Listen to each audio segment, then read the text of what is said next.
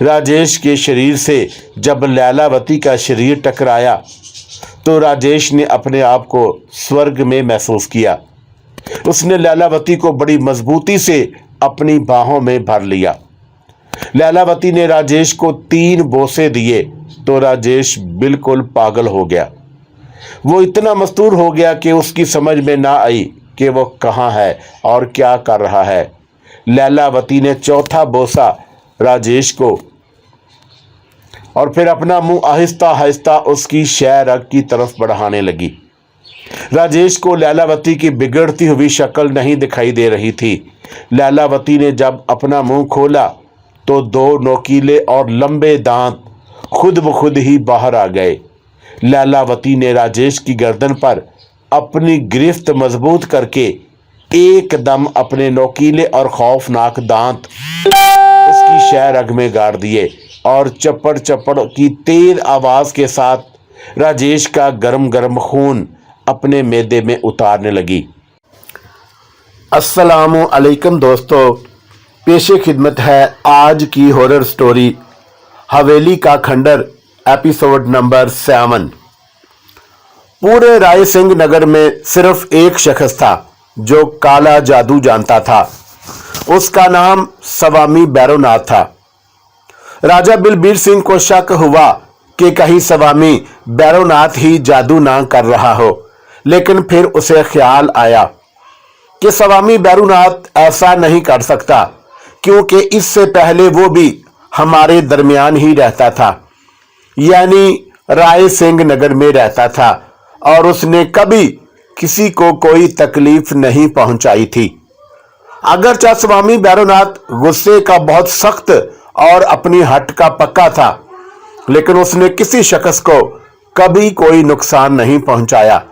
अलबत्ता वो लोगों को अपनी कुटिया की तरफ आने से सख्ती से मना किया करता था। राजा बलबीर सिंह से अपनी प्रजा की परेशानी नहीं देखी जाती थी। वो हर हाल में उन्हें सुखी देखना चाहता था। वो जानता था कि जादू का ये खेल अब इतनी आसानी से खत्म नहीं होगा।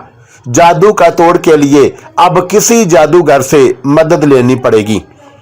उसकी नजर में उसका और पूरे राय सिंह नगर के वासियों का एक ही मददगार था, लेकिन मुश्किल यह थी कि वो मददगार अपनी कुटिया में नहीं मिल रहा था।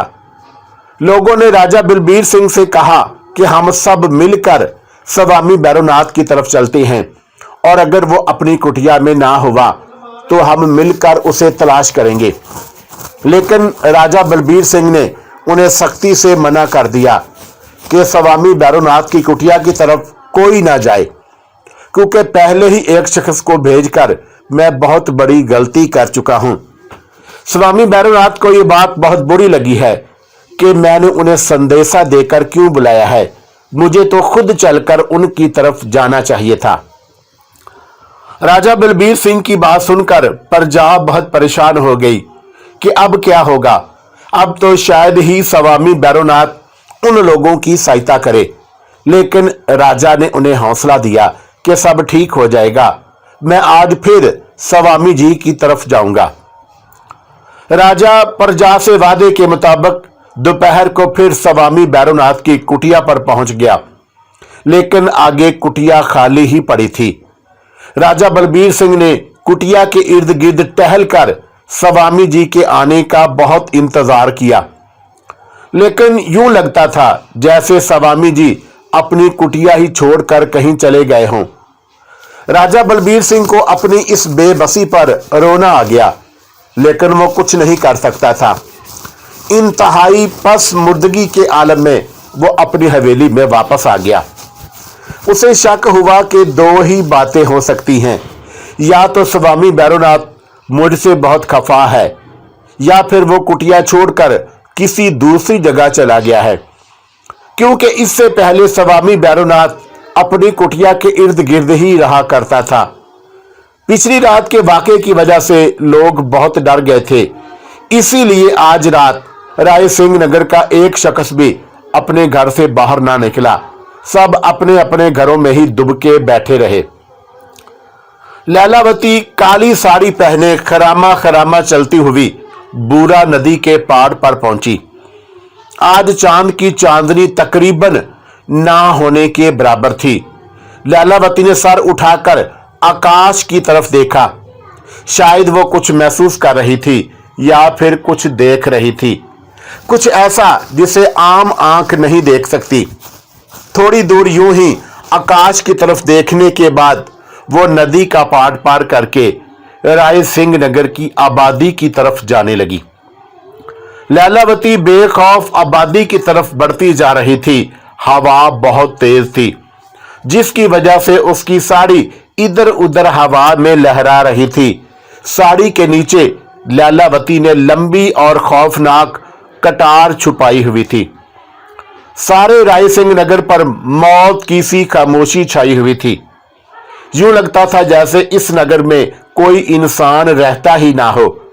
ये जगह भूतों का मस्कन हो और वो भूत हवा में सरगोशियां कर रहे हों, क्योंकि तेज हवा की आवाज कुछ ऐसी ही थी जैसे बहुत से लोग किसी अजनबी भाषा में सरगोशियां कर रहे हों। लैलावती पर ना तो अंधेरे का कोई खौफ था और ना ही हवा में होने वाली इन पुर इसरार सरगोशियों का। वो तो अपनी ही मस्ती में मस्त एक तरफ चले जा रही थी। चलते चलते लैलावती ने अचानक ही अपना रुख राजा बलबीर सिंह की हवेली की तरफ कर दिया। अंधेरे में चलती हुई लैलावती पर परछाई का गुमान होता था। ऐसे लग रहा था जैसे वो कोई साया हो और हवेली की तरफ बढ़ रहा हो। जो जो राजा बलबीर सिंह की हवेली नजदीक आती जा रही थी, तू लैलावती के चेहरे पर खिंचाव बढ़ता जा रहा था। गुस्से से उसका सफेद चेहरा सुर्ख हो गया था। आखिरकार लैलावती राजा बलबीर सिंह की हवेली के सामने जाकर रुक गई। वो हवेली के गेट को बड़े गौर से देख रही थी। वो थोड़ा सा और आगे बढ़कर गेट से कोई 3 कदम के फासले पर रुक गई। शायद वो आगे नहीं जाना चाहती थी या नहीं जा सकती थी, बात जो भी थी, लेकिन उसका गुस्सा देखने वाला था। यूं लग रहा था जैसे वो गुस्से के मारे फट जाएगी। थोड़ी देर तक यूं ही गेट के सामने खड़े रहने के बाद वो हवेली के दीवार के साथ साथ चलती हुई हवेली के पीछे पहुंच गई। उसने अपनी बड़ी बड़ी आंखों से राजा बलबीर सिंह की ऊंची हवेली को देखा और फिर गुस्से की वजह से हवेली की दीवार पर थूक दिया। जो ही लैलावती का थूक हवेली की दीवार से टकराया तो एकदम ही एक शोला सा पैदा हुआ। शोले ने लैलावती के थूक को जलाकर राख कर दिया, जिससे एक इंतहाई नागवार बदबू पैदा हुई। लैलावती राजा बलबीर सिंह की हवेली को हकारत से देखते हुए वहां से आगे चल दी। थोड़ी देर तक चलने के बाद वो एक घर के सामने रुक गई। अपने इर्द गिर्द देखकर उसने दरवाजे की कुंडी से दरवाजा खटखटाया। शायद अंदर मौजूद लोग बहुत डरे हुए थे, इसीलिए बाहर नहीं आ रहे थे। लैलावती ने दरवाजे को दोबारा खटखटाया, लेकिन फिर भी अंदर से कोई जवाब ना आया। फिर लैलावती ने दरवाजे को मुसलसल खटखटाना शुरू कर दिया।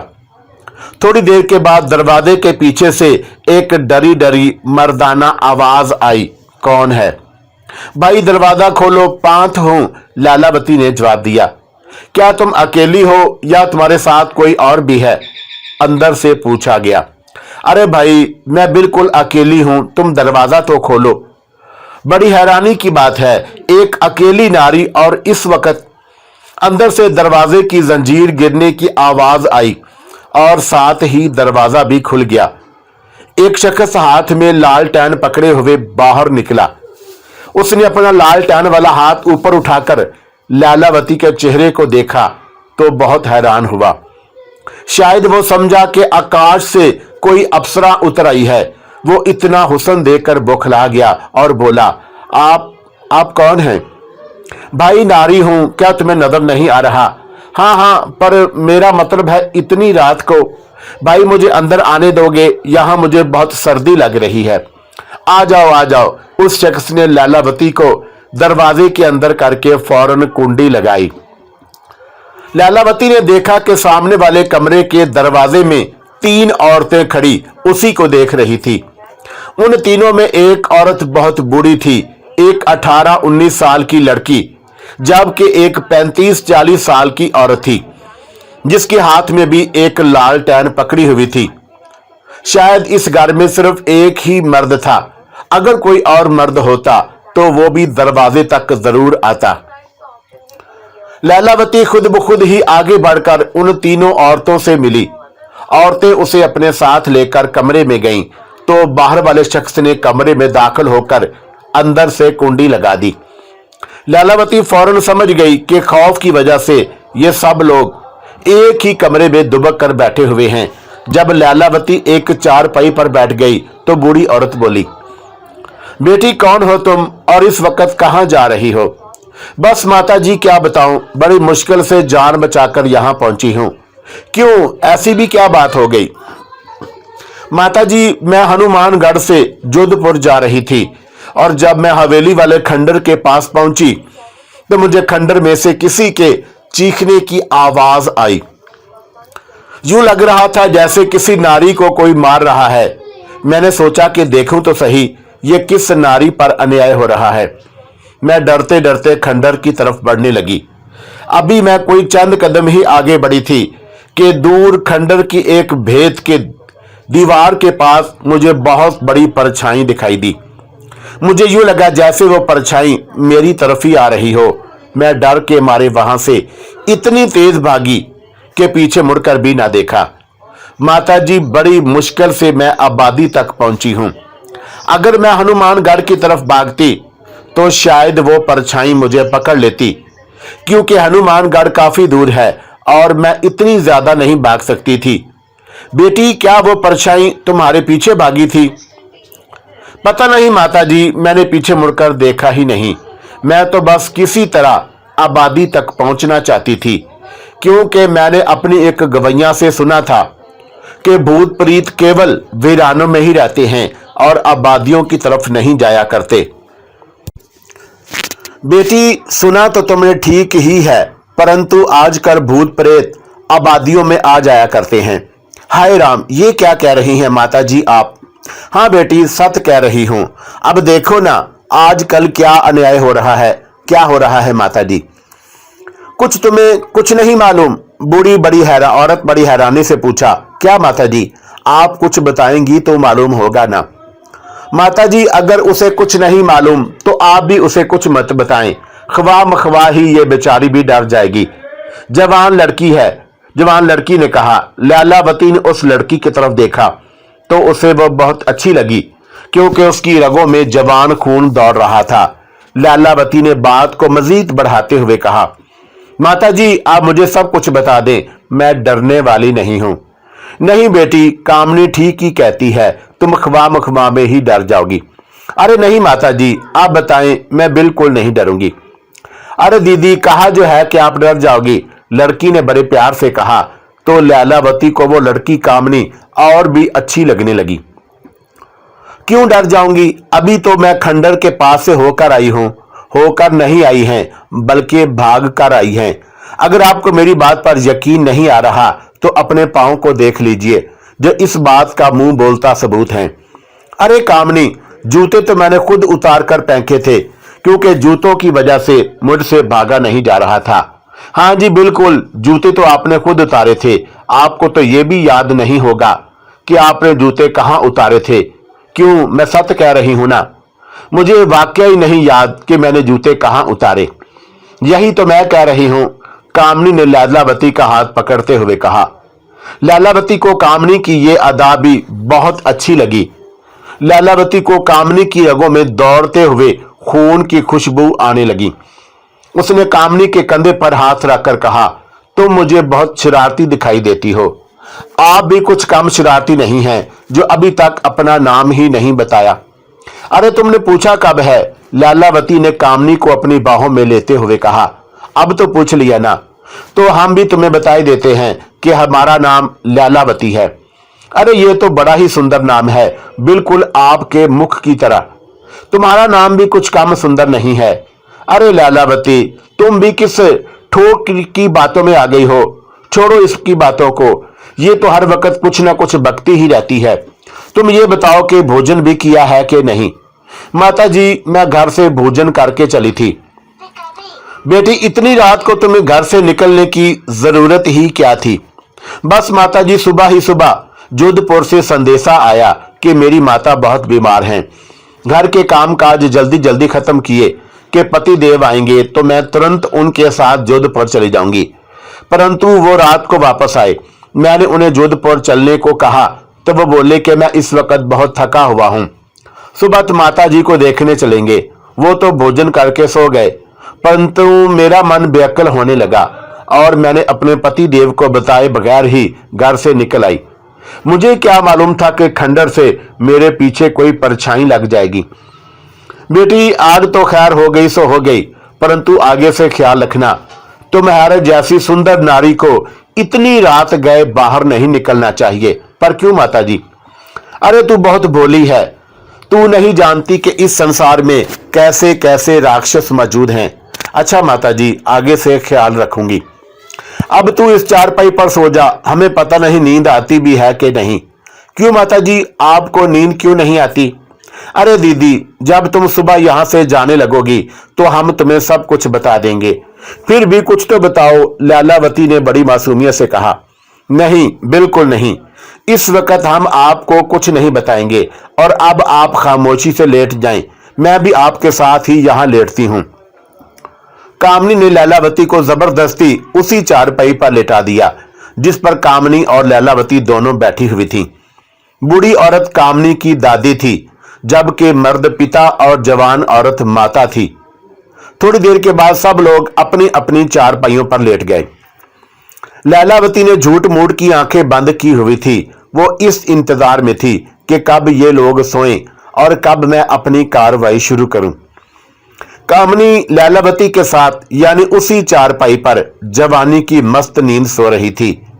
लैलावती का बाप सबसे आखिर में सोया था। शायद वो रात जाकर गुजारना चाहता था, लेकिन नींद कब और किसी को और कहां छोड़ती है। नींद तो इंसान को सूली पर भी आ जाती है। जब सब लोग खराटे लेने लगे तो लैलावती ने अपनी आंखें खोल दी। वो उठकर बैठ गई और सबको बारी बारी देखने लगी। जब उसे यकीन हो गया कि सब सो रहे हैं तो वो चारपाई से नीचे उतरकर कामनी के पिता की चारपाई की तरफ बढ़ने लगी, जो कि उसने दरवाजे के पीछे बिछाई हुई थी। शायद इसलिए कि अगर खूनी दरवाजा तोड़कर भी अंदर आए तो पहले मुझे ही मारे या पहले उसका मुड़ से ही सामना हो। लेकिन खूनी तो कमरे में मौजूद था और अब उसकी चारपाई की तरफ बढ़ रहा था। लैलावती जब चारपाई के करीब पहुंची तो कामनी की दादी ने करवट ली। लैलावती फौरन ही नीचे बैठ गई। वो समझी शायद बूढ़ी उठ गई है, लेकिन नहीं, क्योंकि बूढ़ी करवट लेकर फिर खराटे लेने लगी। लैलावती को उस पर सख्त गुस्सा आया और वो आराम से उठी और अपनी साड़ी में से कटार निकालकर कामनी के पिता की तरफ अपनी कटार वाला हाथ बढ़ाने लगी। अभी लैलावती का हाथ कामनी के पिता की शह रग से कोई 1 फुट दूर था कि कामनी के पिता की आंख खुल गई। लेकिन उसे बहुत देर हो चुकी थी, क्योंकि अभी वो कुछ समझ भी नहीं पाया था कि लैलावती ने एकदम अपनी लंबी तेज खतरनाक कटार से उसकी शह रग काट डाली। वो तड़प कर चारपाई से नीचे गिरा। लैलावती फौरन कामनी के माता की तरफ लपकी, जो बेगम सो रही थी। लैलावती ने उसे हिलने का भी मौका न दिया और उसकी भी शह रग काट डाली। उसके मुंह से इंतहाई भयानक चीख निकली, जिससे कामनी की दादी एकदम उठकर बैठ गई। वो फटी फटी आंखों से लैलावती को देख रही थी। लैलावती उसकी तरफ बढ़ी तो उसने चीख कर कहा, कामनी भागो। कामनी भी अपने माता की चीख सुनकर उठ गई थी, लेकिन कमरे का मंजर देखकर उस पर सख्ता तारी हो गया। कामनी की दादी ने जब चीख कर उसे भागने का कहा तो तब उसे कुछ होश आया। वो भागकर अपने पिता की चारपाई को दरवाजे के पीछे से एक तरफ हटाने लगी और जितनी देर में कामनी चारपाई को दरवाजे के पीछे से हटाकर और दरवाजा खोलकर बाहर निकली, उतनी देर में लैलावती ने बूढ़ी का नरखड़ा काट डाला था। बूढ़ी का नरखड़ा काटने के बाद लैलावती कामनी के पीछे भागी। खौफ और अंधेरे की वजह से कामनी को ठोकर लगी तो वह सेहन में मुंह के बल गिरी, और जब वो जल्दी से उठकर दोबारा भागने लगी तो ऊपर से लैलावती ने उसे दबोच लिया। कामनी इतनी ज्यादा खौफजदा थी कि उसके मुंह से बात ही नहीं निकल रही थी। उसने डरते डरते सिर्फ इतना ही कहा, दीदी ये क्या कर रही हो तुम?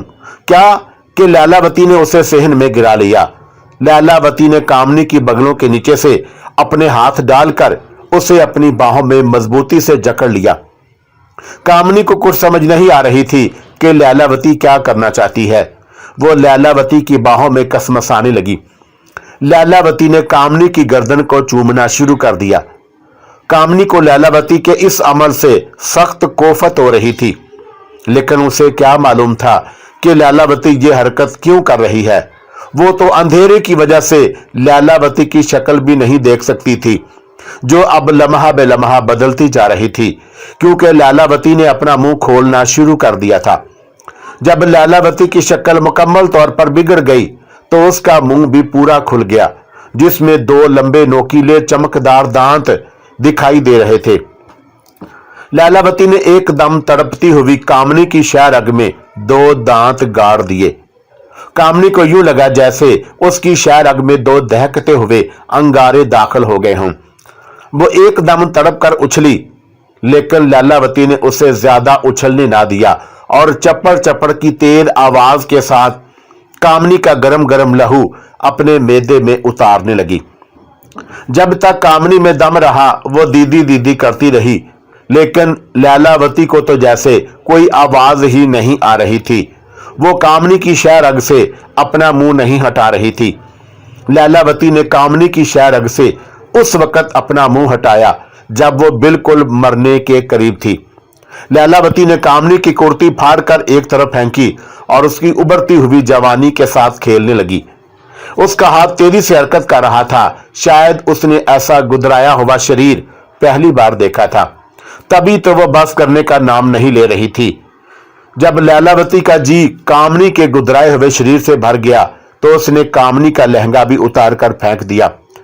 फिर लैलावती ने अपने पास पड़ी हुई कटार को उठाकर कामनी की उभरती हुई जवानियों के दरमियान रखकर पहले कटार की नोक से ऊपर से नीचे तक 3-4 हल्की हल्की लकीरें सी खींची, जिनमें से खून इस तरह निकला जैसे वो लकीरें खून की हों।